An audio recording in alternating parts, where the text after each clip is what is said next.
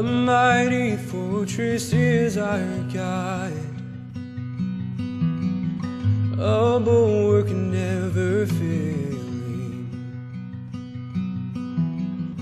our helper he amid the flight. Olá pessoal, seja muito bem-vindo aqui a mais uma aula aqui do nosso curso dos 5 solas na vida do cristão. Muito prazer, meu nome é Marco Sico e estamos aqui ao longo dessas aulas falando sobre os desdobramentos dos 5 solas e já conceituamos um pouco também os 5 solas, né?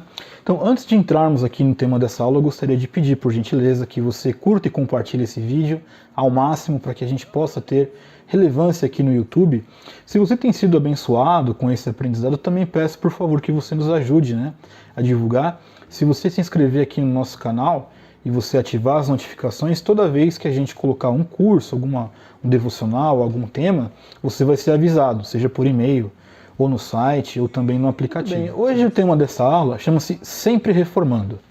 Esse Sempre Reformando, tem igrejas, né, inclusive a igreja que eu faço parte, tinha uma época que nós tínhamos o lema, né, do Igreja Reformada, Sempre Reformando, né? Não foi acunhado por nós, mas a origem disso também são os reformadores, né?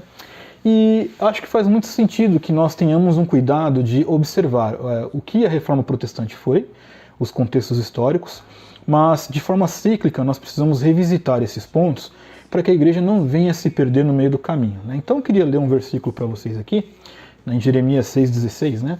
Assim diz o Senhor, ide às ruas, olhai e perguntai, pelos caminhos antigos, qual é o bom caminho, e andai por ele, e acharei descanso para vós, mas eles disseram, não andaremos neles, né?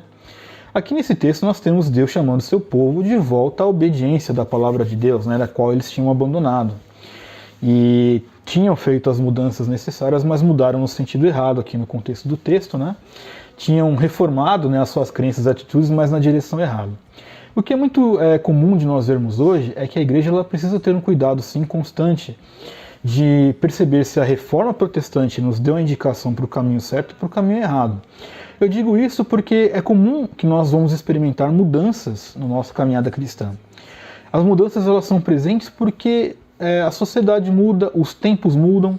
Nós estamos vindo, por exemplo, agora, quando estou gravando esse vídeo, de um período de pandemia, muita coisa na cultura mudou, e a igreja ela acaba recebendo reflexos dessas mudanças, mas são reflexos que, em essência, não deveriam alterar os seus princípios básicos no que diz respeito à doutrina, à liturgia, à defesa de fé e à pregação da palavra, né? Então, quando nós pensamos no Sempre Reformando, nós precisamos ter isso em mente, né? Que, de forma, como eu já citei aqui, cíclica, nós precisamos, de fato, revisitar constantemente, periodicamente, aquilo que nos move e aquilo que nos faz ser cristãos reformados e igrejas cristãs protestantes. Muito bem, num segundo momento, muitas pessoas hoje falam sobre uma nova reforma, onde tem gente que olha para a igreja de hoje e entende que já chegamos no caos e nesse momento de uma nova reforma. É bem verdade que quando nós olhamos diversos segmentos da igreja e diversas nuances que a igreja tomou, tem coisas que são escandalosas, tem coisas que nós sabemos que não tem sentido, né? Desde igrejas que são favoráveis a casamentos gays, a doutrinas mentirosas, teologias falaciosas, etc., né? E às vezes nós também temos essa sensação de que algumas mudanças que aconteceram na igreja acabam depois, em momento futuro, levando a igreja a caminhos errados, e isso é muito sério, né? De uma forma muito clara, né, nós entendemos sim de que a reforma protestante, né, ela foi sim necessária, porque ela reconstruiu os pilares bíblicos para que a igreja pudesse se manter em pé, até mesmo aquela palavra, né, de Lutero. Mas o contrassenso e a contrapartida é que é muito triste que ver que igrejas que também se dizem que são reformadas e que aderiram em dado momento à fé reformada, ou que receberam uma herança reformada, se perverterem nesse caminho. Vou dar um exemplo, sem citar aqui denominações, porque eu acredito que não vale a pena, né? Mas, por exemplo, uma igreja que ela tem uma tradição reformada, coisa de um ano atrás mais ou menos, fazendo um culto solene mesmo ali, né?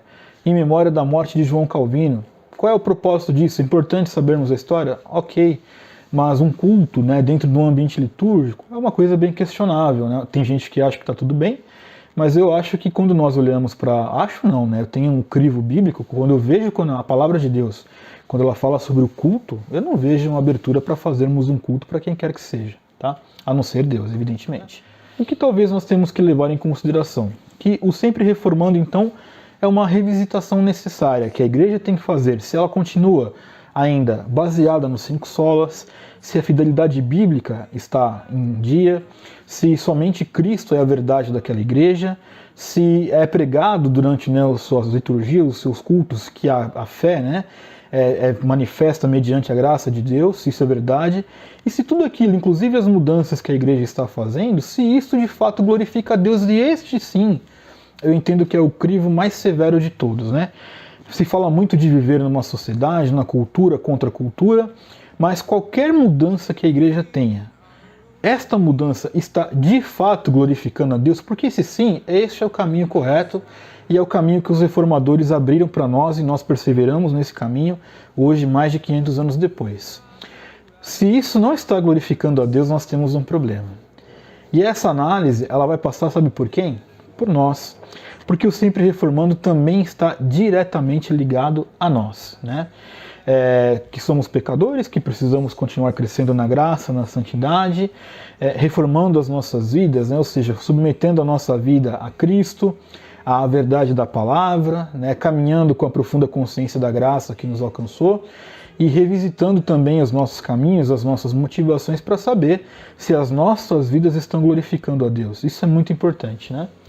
Então, o que eu espero com essa aula e com esse tema é que todos nós, juntos, né, possamos seguir a exemplo do que nós lemos lá no texto de Jeremias, né, os caminhos antigos e bons, e revisitar esses antigos e caminhos bons para que possamos viver em paz.